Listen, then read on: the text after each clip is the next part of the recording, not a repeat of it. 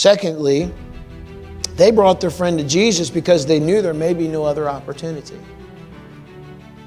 He's their only option, but what other opportunity did they have? I tell you, some people did not come to Jesus in Capernaum.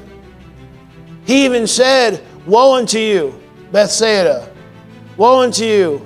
I believe it was Capernaum at one time where he said, if the works that were done in you had been done in other places in Sodom and Gomorrah, they would have turned, they would have come and repented in sackcloth and ashes.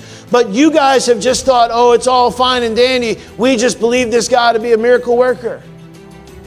But I want you to understand something. After 3.5 years, he wasn't walking around doing miracles anymore.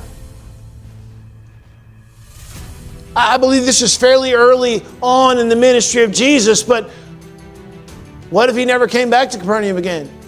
What if he never came back to that house again? Maybe if he never came back to their town again. I want you to understand this morning. He doesn't have to pass by your way again.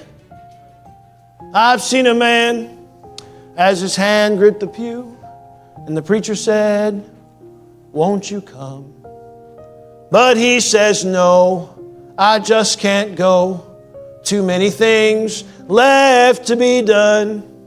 But that very night, death came to him. There was no more time to be saved. And now what would he give in exchange for his soul? The Lord will never pass his way again. You aren't guaranteed tomorrow.